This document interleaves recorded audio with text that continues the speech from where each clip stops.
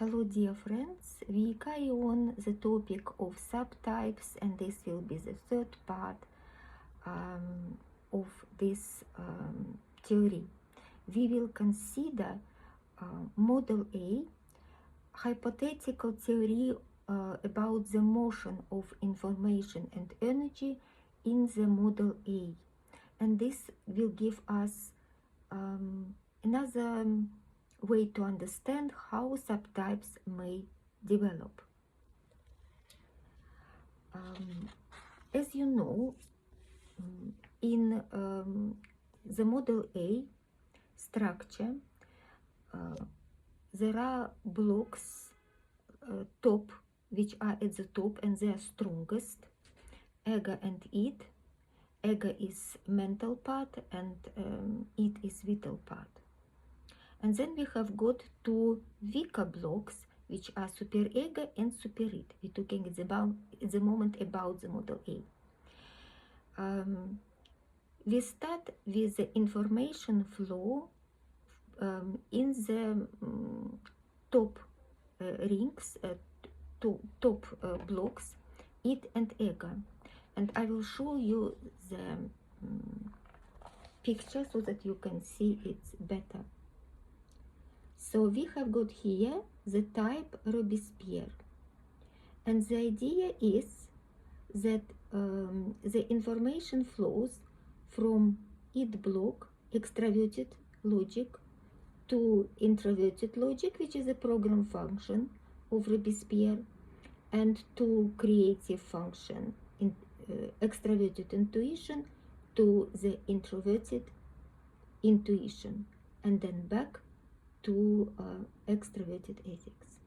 And while this information flows, we can say that it is easy for the type Robespierre to develop the type abilities of the type Balzac, who has got this function Ni as a program function and Te, extroverted logic, as a creative function. So this is one suggestion how this subtype can develop. And we have got also the weakest blocks of Model A. It is the block superid, and the information flows from the suggestive function Fe to role function Fi, then vulnerable Se, activation function Se, and back to Fi. So information flows between blocks ego and id is called evolution, and the lower block involution. That's how it happens. And of course, we say that similar types are easier to develop, and it would be much harder to develop the other type qualities. For Robespierre, it is easier to develop the qualities of the type Dreiser, because these functions are in his mental part, conscious part of the model. But the other types are also possible. And here, if we suggest that the information flow is more flexible, then it is possible for Robespierre to develop the abilities of other types, not only Balzac, but also on the opposite direction, that will be Jack London, Te and I, and also Don Quixote, who has got extroverted intuition as a program function and introverted logic as a creative function. But when we look at the bottom rings, bottom blocks which are weaker, then we see that there is possibility also develop subtype of the conflictor of the besphere, and this will be actually Napoleon with the program function SE and creative function. So if we and we allow ourselves to think that the information flow in the actual psyche is more flexible, so it is possible. It is possible that we learn information not only from the types which we easier to understand and easier to develop mental structures of these types, but it is possible also to learn from the conflicting types. And there is a rationale behind it. If we consider, for example, the type of Don Quixote, intuitive, logical extrovert. So for him, it would be easier to develop another extroverted type, Jack London, logical, intuitive extrovert. Because we thought how the information flows. And this type is most likely if we consider this information flow. We know that this type, Don Quixote, they love to know something new. They have got lots of ideas. They don't stuck usually with one idea. That's why they might not come to realize one idea, because their mind is always jumping to something new, to something more interesting. But with the time, Don Quixote might be interested to realize in something more tangible his ability, his ideas. It is possible that Don Quixote decides that he wants to create the system which will work for people, and he can benefit from it as well. So to have a skill of Jack London business logic, it is possible. And so it is possible for the other types as well. The example of developing conflicting types, subtypes, sorry. Okay, these types of conflicting types or dual types, it's the most difficult to develop subtypes on these types, but it is possible. For example, Ausha Augusti-Vinciute, she was Don Quixote,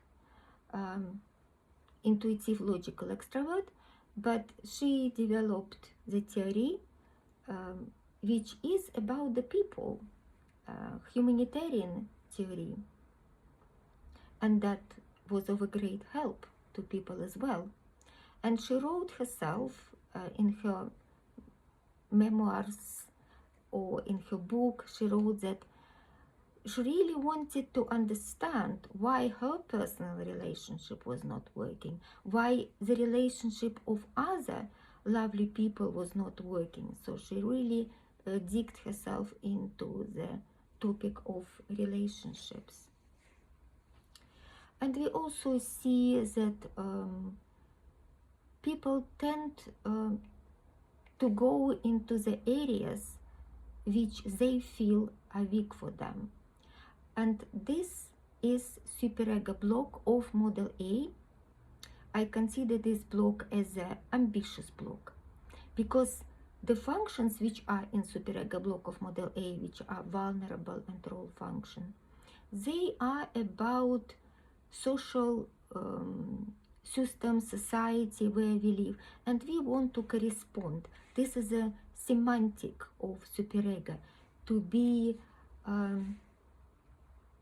more in line with the community we live and to bring benefit to the community. So we need to be a little bit like all others, to accept the norms of behavior and be useful for the society so that we get accepted.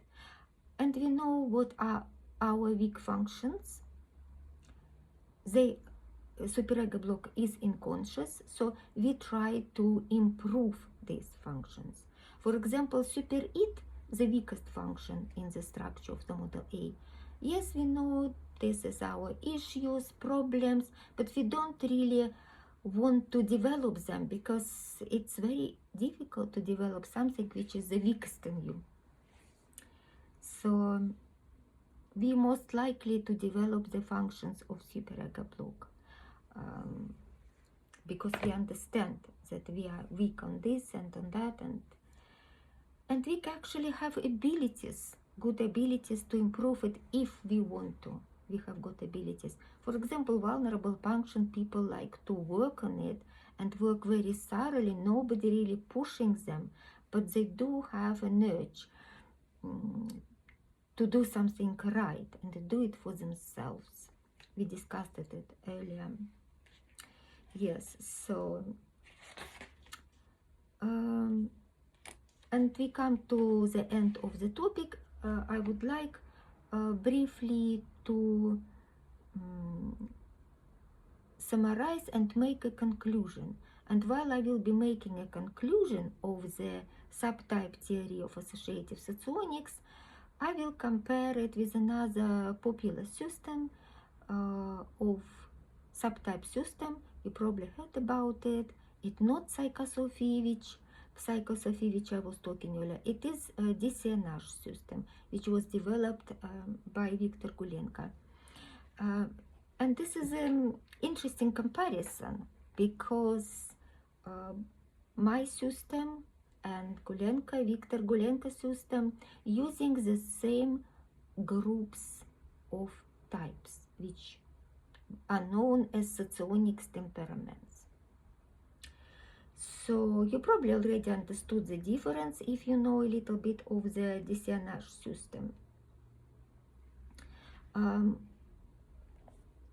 The TP subtype system is the first attempt to explain the regulations of subtyping on the basis of empirical observations and test results. The main conclusion is that the formation of subtypes is not chaotic, but is naturally in tune with the principle of functional similarity between types. And that's why we do not consider all remaining 15 types as equally possible. We only consider those who are similar, who have got similarity. Either functional, and by the type of energy.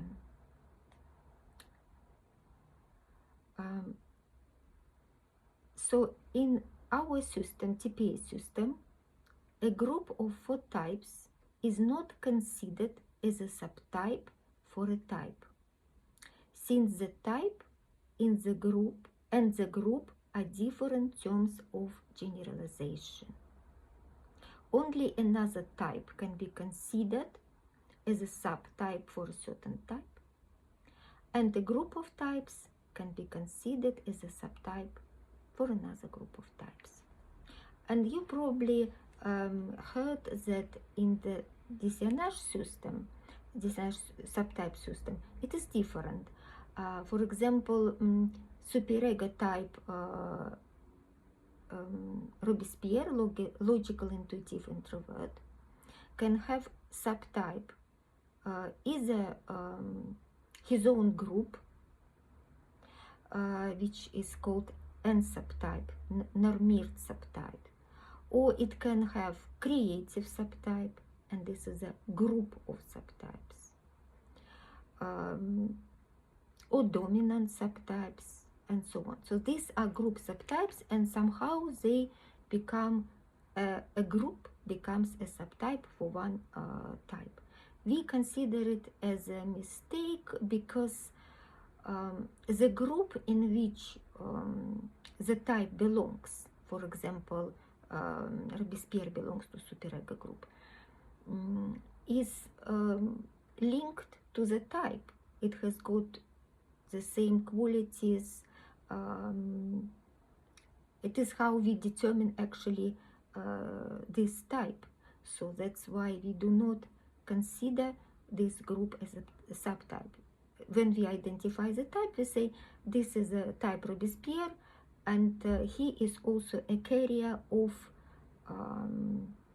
superego energy, which is not his subtype. It is his type group. Another things which are different between the two systems is that Viktor Gulenko introduced additional dichotomic traits. For example, V-type only rational and irrational, extrovert, introvert, and statico-dynamic. But in the DCNH system, there is such dichotomy like terminality, initiality, which in our view is blurring the borders of rationality and rationality. For example, we read in the Gulenko's article how he explains that terminal types include firstly pronounced rationals and secondly ordered irrational types. Strong irrational and disordered rationals will have the initial behavior. So initial behavior, terminality, initiality. By terminality, I mean the ability to follow through and the tendency to order. Under initiation, the opposite ability to initiate, easily switch, and the attendant disorder in things and deeds. As you can see, this is an illustration of the usual dichotomy of rationality and irrationality. Dichotomy may be interesting, maybe has got some evidence for this. Yeah, we know that that is the case, but it doesn't really help for us to differentiate rationality and irrationality.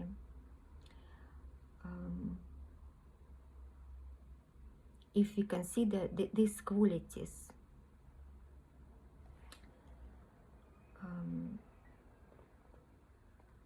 Another misleading point of this DCNH theory suggests that a subtype is easier to notice and distinguish than the type.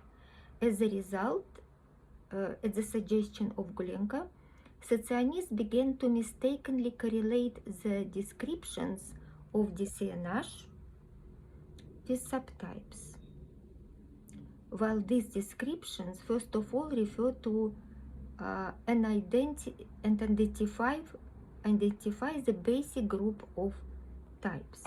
Yes. So, for example, if we type the person and we consider that the person is rational and extrovert and dynamic, we say, okay, this is a type of energy, it is leading, the person must belong to this type.